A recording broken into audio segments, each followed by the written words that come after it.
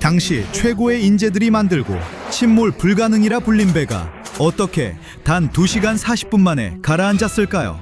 타이타닉에 볼트 깊숙이 들어가면 그 미스터리를 풀 수 있을지도 모릅니다. 정말 문자 그대로요.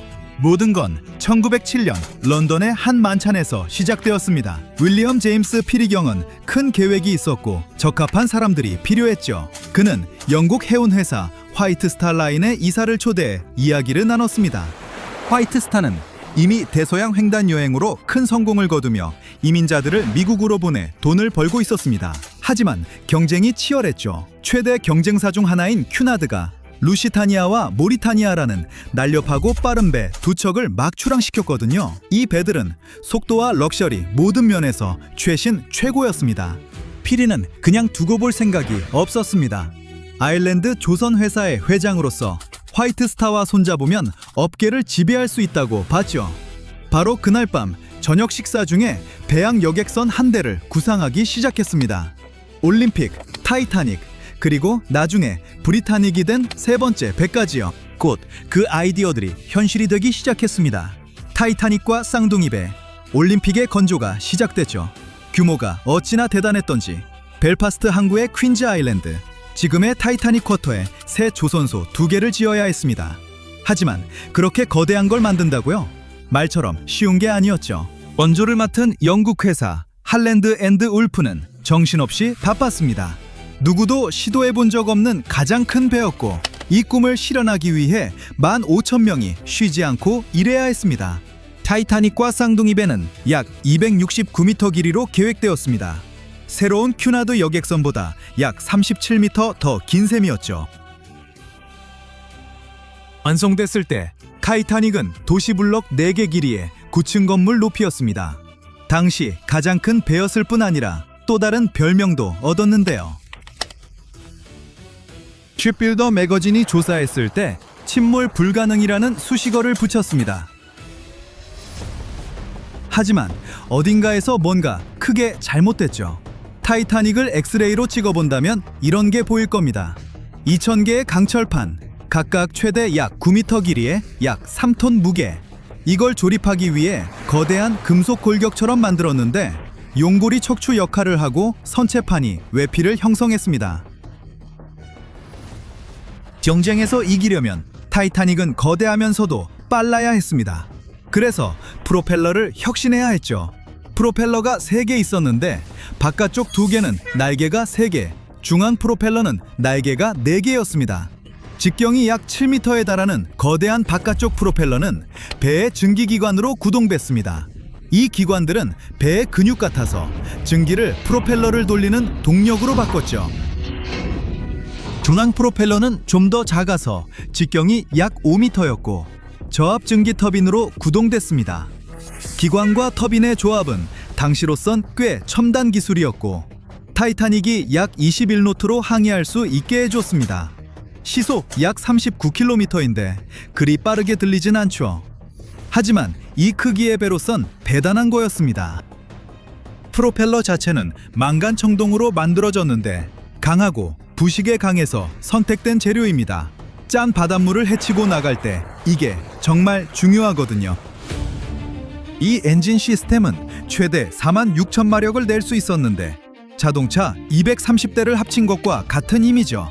배를 움직이기 위해 양쪽에 큰 프로펠러 2개가 있었고 거대한 펌프처럼 작동해 배를 앞으로 밀었습니다. 그리고 중앙에 세 번째 프로펠러가 있었는데 증기 터빈으로 작동해서 추가 추진력을 주면서 연료도 절약했습니다. 이 전체 시스템은 힘만을 위한 게 아니라 속도를 위한 것이기도 했죠. 다른 배들은 몇 년 전부터 증기 터빈을 쓰기 시작했지만 타이타닉은 더 크고 무거웠기에 빠르고 안정적이며 승객들이 편안하도록 더 강력해야 했습니다. 그래서 2년간의 힘든 작업 끝에 타이타닉은 첫 시험 항해 준비가 됐습니다. 1911년 5월 31일 10만 명의 군중이 타이타닉이 라간강으로 미끄러져 들어가는 것을 지켜봤습니다. 피리경 곁에는 화이트 스타, 해운의 재정권을 확보한 미국 백만장자 JP 모건이 함께했습니다. 타이타닉이 처음으로 물에 떴지만 의장 작업에 1년이 더 걸렸습니다. 의장이란 거대한 강철 골격을 호화로운 수상 궁전으로 바꾸는 걸 말하죠. 모든 게 있었습니다. 온수 수영장, 터키식 목욕탕, 카페의 야자수, 스쿼시 코트, 554명을 수용하는 1등석 식당까지. 일부 기록에 따르면 타이타닉에서 가장 호화로운 스위트룸은 샬럿 드레이크 카르데자라는 미국인이 예약했습니다. 그녀는 1912년에 2,500달러를 냈죠. 오늘날 돈으로도 여행치곤 큰 금액입니다. 환산하면 2020년대 기준 약 7만 5천 달러인데 대서양 횡단편도 티켓값이었습니다. 노동자들은 1912년 3월 31일까지 타이타닉의 도장과 광택 작업을 마치려고 서둘렀습니다. 62살의 화이트 스타 선장 에드워드 존 스미스가 세계 최대 여객선의 최종 점검을 감독하기 위해 승선했죠.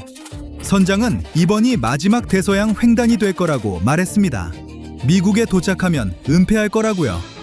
4월 10일 배는 처녀 항해 준비가 됐습니다.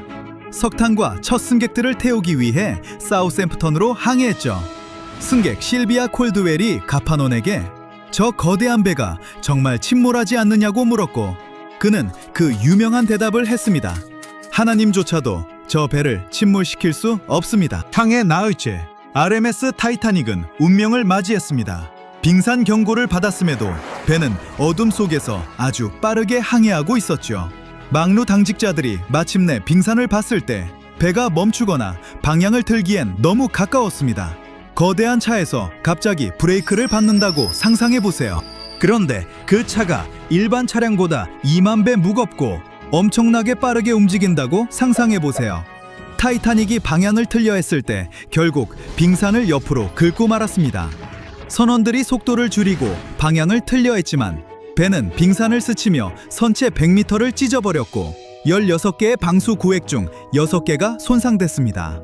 이로 인해 배 앞부분이 물에 잠기고 뒷부분이 들렸는데 마치 지렛대 한쪽이 너무 무거워지는 것처럼요. 가파른 각도에서 배는 중앙부터 두 동강 나기 시작했고 그렇게 결국 침몰했습니다. 하지만 선체와 리벳은 왜 그렇게 쉽게 부서졌을까요? 1991년 탐사에서 타이타닉 선체 조각들이 발견됐는데 사용된 강철이 극도로 취약했다는 걸 알게 됐습니다. 특히 침몰 당시 밤처럼 영하의 온도에서요. 강철이 압력에 휘거나 굽지 않고 유리처럼 산산조각 나서 충격이 더 심해졌죠. 화학 검사에서도 강철의 황 함량이 높아 약해졌다는 게 밝혀졌습니다. 이런 취약한 강철이 빠른 속도와 영하의 온도와 결합되니 재앙의 조건이 갖춰진 거죠. 물론 재료 결함이 있었지만 배의 설계에도 심각한 문제가 있었습니다. 방수 구획들이 위쪽이 완전히 밀봉되지 않았거든요. 그래서 물이 차오르면서 한 구획에서 다른 구획으로 넘쳐 침몰 속도가 빨라졌습니다. 배가 더 좋은 강철이나 이중 선체 또는 개선된 방수 구획으로 건조됐다면 재앙을 피할 수 있었을지도 모릅니다. RMS 카르파티아가 와서 모든 승객을 구조할 시간을 벌었을 수도 있었죠. 타이타닉은 침몰 불가능하지 않았습니다. 하지만 당시로선 공학과 럭셔리의 승리였죠. 문제는 아무리 최고의 설계라도 자연을 항상 이길 수는 없다는 겁니다.